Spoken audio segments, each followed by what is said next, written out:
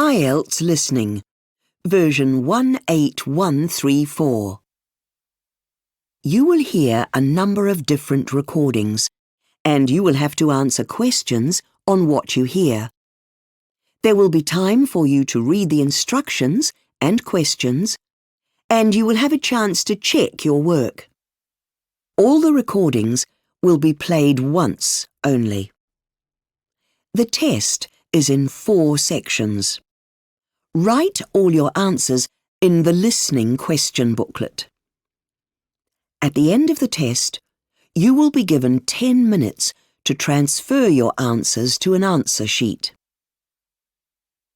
Now turn to section 1 on page 2 of your question booklet.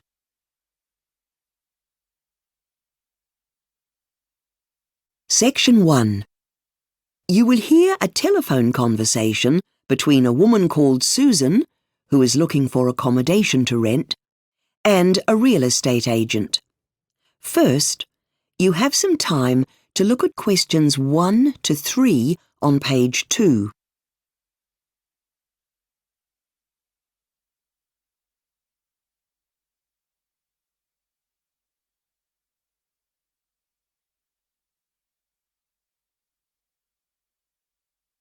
You will see that there is an example that has been done for you. On this occasion only, the conversation relating to this will be played first. Good morning, McMurray's Real Estate. Peter speaking. How may I help you? Hi, Peter. My name is Susan. I'm calling from Australia. I'll be moving to New Zealand soon, and I was hoping you could help me find somewhere to live in Auckland. Would be pleased to. I just need to get some information about what you want so we can find the perfect place. Sounds good. Let's start with some personal details. What's your last name? It's Smith.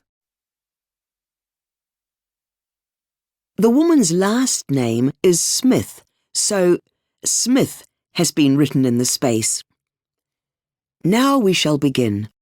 You should answer the questions as you listen, because you will not hear the recording a second time. Listen carefully and answer questions 1 to 3. Good morning, McMurray's Real Estate. Peter speaking. How may I help you? Hi, Peter. My name is Susan. I'm calling from Australia. I'll be moving to New Zealand soon, and I was hoping you could help me find somewhere to live in Auckland. Would be pleased to. I just need to get some information about what you want so we can find the perfect place. Sounds good. Let's start with some personal details. What's your last name? It's Smith. And your phone number? I only have a mobile. Is that okay? That's fine. Okay. It's 61-438-1997. But if you want to contact me, usually the best way is by email. Okay. What's your email address then? It's susansmith@post.com. Thanks. Now, you said you're living in Australia. Right, in Brisbane. Okay. What's your address in Brisbane then? 234 Beckett's, that's Beckett's, Road, Brisbane, 4054. Right. Will you be working in New Zealand? Yes, I have a job at Auckland Hospital. Oh, are you a nurse? Most people assume that or think I'm a doctor, but actually I'm a chemist. Oh, sorry. That's okay. When will you need the accommodation from? Well, I don't start work until the 25th of February, but I'd like to give myself some time to settle in. A couple of weeks would be nice. Let's say from the 10th of February. Our leases start from a Monday, and the Monday closest to that is the 8th of February. Would that suit? That's fine. Before you hear the rest of the conversation, you have some time to look at questions 4 to 10 on page 2.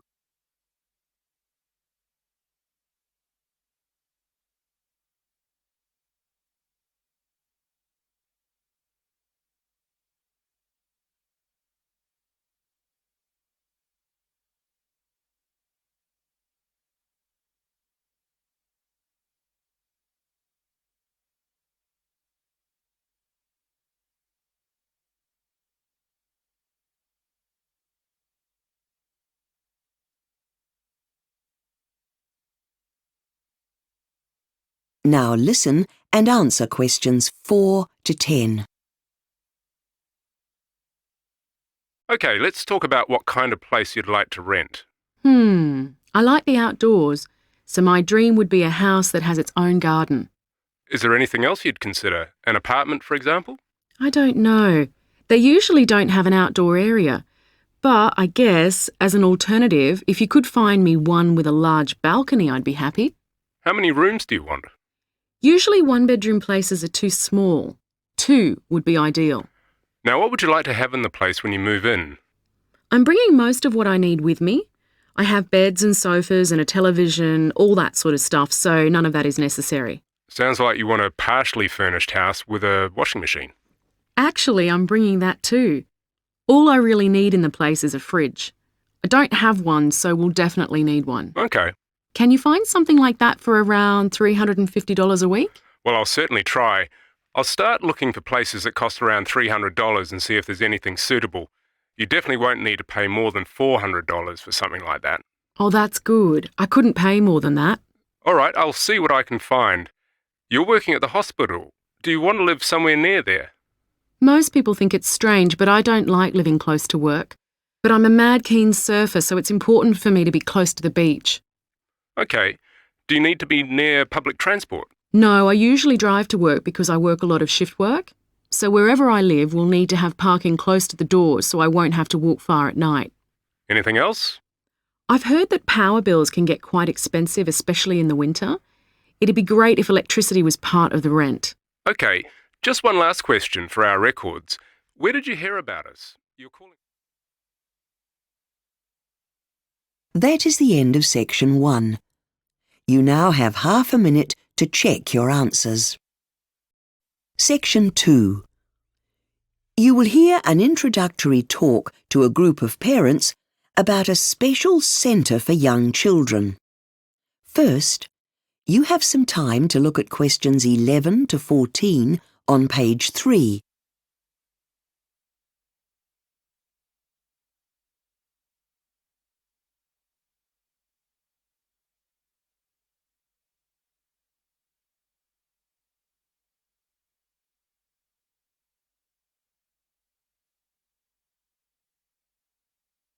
Now listen carefully and answer questions 11 to 14.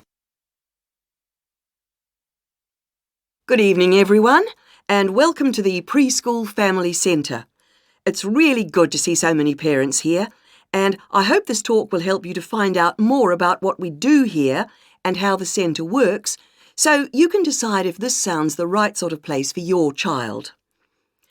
OK, so first of all, what is the Preschool Family Centre? Well, basically, it's a childhood education centre for children from 3 months up to 5 years old. But we're different from a lot of other organisations for preschool children.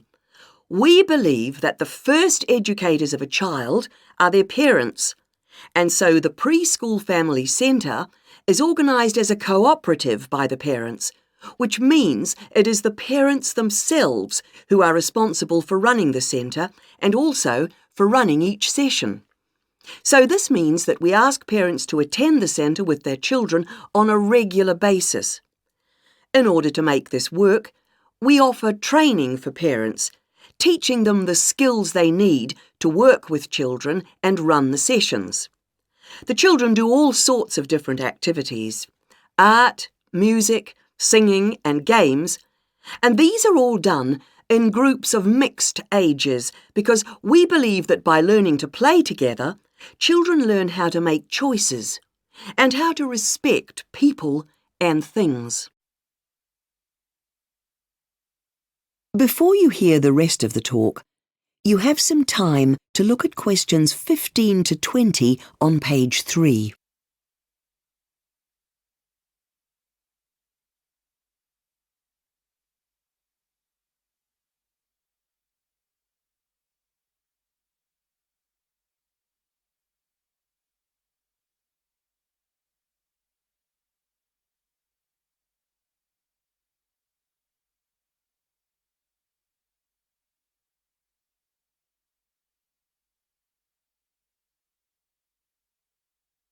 Now, listen and answer questions 15 to 20. Now, some factual information. Sessions run each morning from 9:30 to 12:30, and we have an extra session on Thursday afternoons, which is solely for older children, where we do some activities to help prepare them for reading before they start school. We feel this is really important and can make a big difference when they get to school. And now, before you enrol your child in the centre, you need to make at least 5 visits with your child. This is so you are fully aware of how the centre works before you enrol. The centres are recognised as official preschools, and so each centre is entitled to funding from the government. The centre is a really wonderful experience, but does require some work. So I'd just like to talk about some of the commitments you will need to make if you decide to go ahead and enrol your child. A couple of points first. Once you and your child have settled into the centre and are familiar with how things work, you will be asked to choose a particular job, like secretary or gardener or librarian, or something to be responsible for. And we have a meeting which we use to plan the program, and each parent is expected to attend this. Now, just before we move on to answer any questions you have, I'd just quickly like to mention some of the ways you and your child are able to get the most out of the centre. It's important that you attend regularly. This way, you'll get to know other parents well, and your child will develop confidence while he or she is here. Younger children might need to leave early. It's better to leave early than to go home with an overtired child. We do provide drinks for the children, but we ask you to make sure your child has a snack to eat during the morning. No crisps or chocolate, please. Right, I think I'll stop there and ask if anyone's got any questions. That is the end of section 2. You now have half a minute to check your answers. Section 3. You will hear 2 sports physiotherapy students called John and Kath preparing a joint presentation on foot injuries in sports players. First, you have some time to look at questions 21 to 26 on page 4.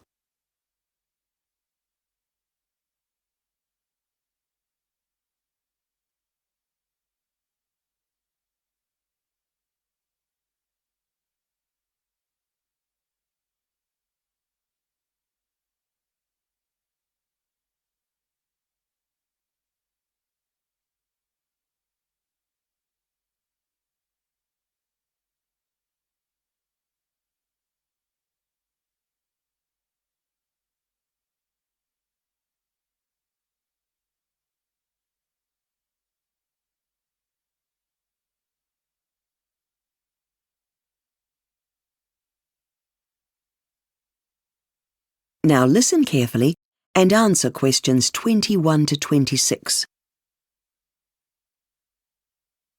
I've had a look at your draft presentation plan and compared it with mine, Kath, and we seem to have the same basic structure. We've both included the same 3 main sections, that's the anatomy of the foot, the injuries and the treatment, and we've organised our presentations in the same way. But the types of sports we've chosen to illustrate the possible injuries aren't the same. I'll deal with the anatomy bit. I've got notes and a handout on that from Professor Gilligan's lecture. Oh, I was hoping to do that. I've downloaded some useful stuff. I do think we should limit this section, though. We don't want to spend much time on anatomy when the main focus is on the treatment. That's true, but in the last section, maybe the 2 of us could show how some of these therapies actually work. I could be the patient and you could do the treatment. Good idea, because it's hard to find pictures as injuries are mostly internal. It would be good to hear some first-hand accounts from injured athletes too. Yeah, but we don't have time. No. Should we then discuss different types of heel injury? It's worth pointing out that these vary enormously in how bad they are. It might be just a pulled muscle, or a bone injury which needs surgery. Sometimes only an expert can tell the difference. Excellent. I'll do the slides on that. Leave that one to me. Now, what about causes of heel injuries? Well, it's easy enough to list them. Overuse, improper footwear. Yes, incorrect running style? They're all relevant, but for simplicity, let's just pick one cause. Say, stuff about changing your training habits suddenly. You mean like suddenly doing a lot of mountain training? Yes, that's a good idea. And there was research on that in the latest edition of Physio Journal, wasn't there? Professor Gilligan recommended it to us. Great. You can leave the bit on stretching techniques to me. I really like all that stuff. So, what's going to be your approach there? Well, I'll summarise all the various techniques with visual support, and then I'll make the point that the stretching should be carefully managed. Obviously, you have to be careful not to overstretch and to stretch only when your muscles are warmed up. Otherwise, you could do yourself more harm than good. It's also important that on a supervised programme, stretching is later on combined with balance exercises, which stretch and also strengthen the muscles. OK then. Before you hear the rest of the discussion, you have some time to look at questions 27 to 30 on page 5.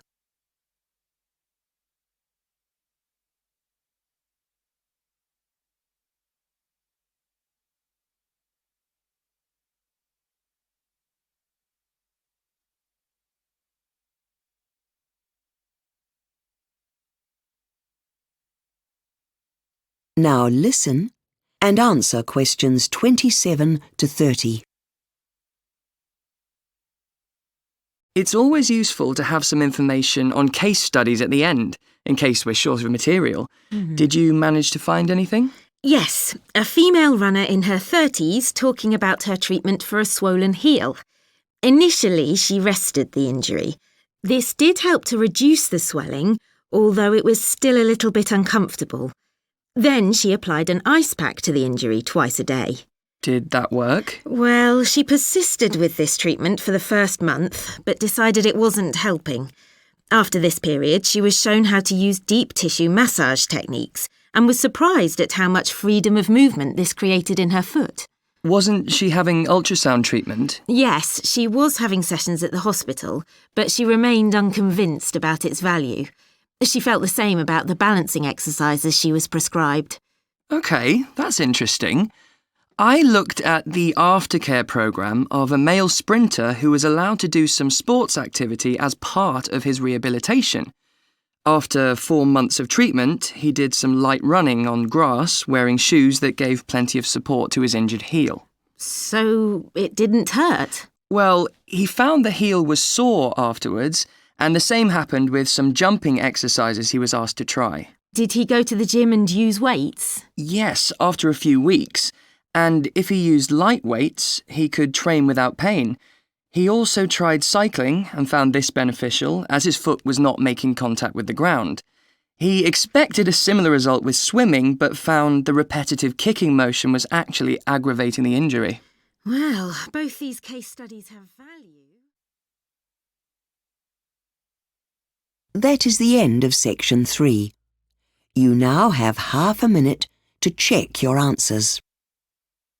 Section 4. You will hear part of a lecture on the ways that supermarkets use layout to increase sales. First, you have some time to look at questions 31 to 40 on pages 6 and 7.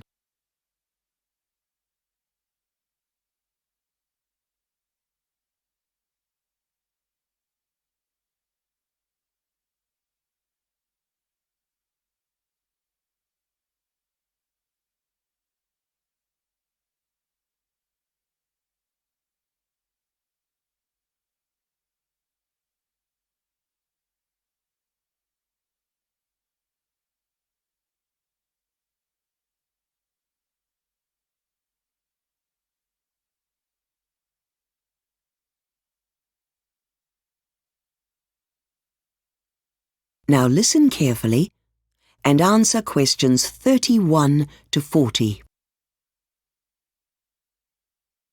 We've been looking at marketing techniques which influence buying decisions.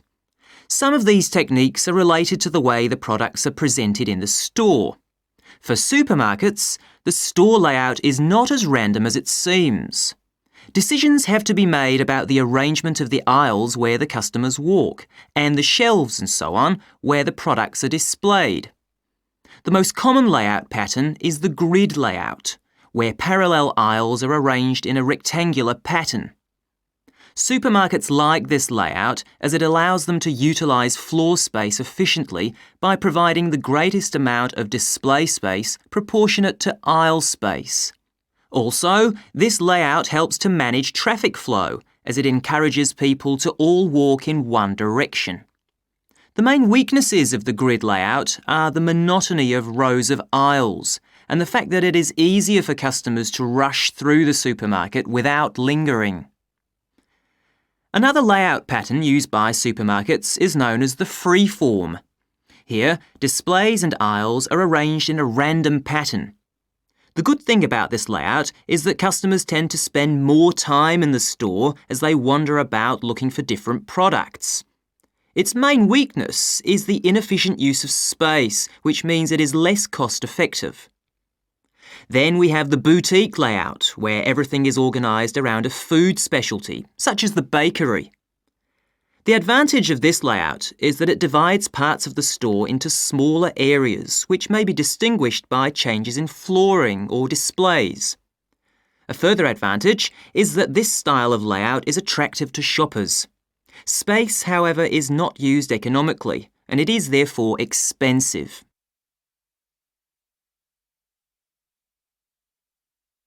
The choice of location of particular types of items in the store is also important. A supermarket's design aims to direct customers to the store's side and rear walls. Items typically displayed along the rear length of the store include meat and dairy products, since these appear on the grocery list of the majority of shoppers. This means shoppers must pass by a large number of other items to get to them. Items which consumers tend to spend more time considering before buying, such as cosmetics, are usually placed away from the busy areas so that people can look at them in comfort without feeling rushed. Products placed at the end of aisles are clearly visible, and therefore these locations provide a greater opportunity for shoppers to view the products. Consumers tend to assume that items on display at the end of an aisle are on sale, but this is often not the case. In fact, supermarket managers often place products which are not selling quickly enough in these positions. The placement of products on shelves is very carefully planned. Supermarket executives use computer-generated plans to help them place products on shelves in a way that ensures consumers spend more. The eye level of the average woman is 1 metre 60 centimetres off the floor, which is the height of the middle shelves, so the things which cost more are placed here, while cheaper products are placed on higher or lower shelves. Only items targeted at children break this rule. They are placed on the lowest shelves. Supermarkets also use a range of other marketing techniques to encourage consumers to spend more. It's no accident that in nearly every supermarket, the fruit and vegetable department is the first shoppers come to as they enter the store. These, together with flowers, produce a greater profit than any other department. After complaints from parents, many supermarkets no longer place popular products aimed at children on the shelves next to the checkout. Instead, you are most likely to find products aimed at impulse buyers, such as chocolate, magazines and other treats here. Many supermarkets have also expanded into non-food areas such as clothing, entertainment and stationery. These products often find... That is the end of section 4. You now have half a minute to check your answers.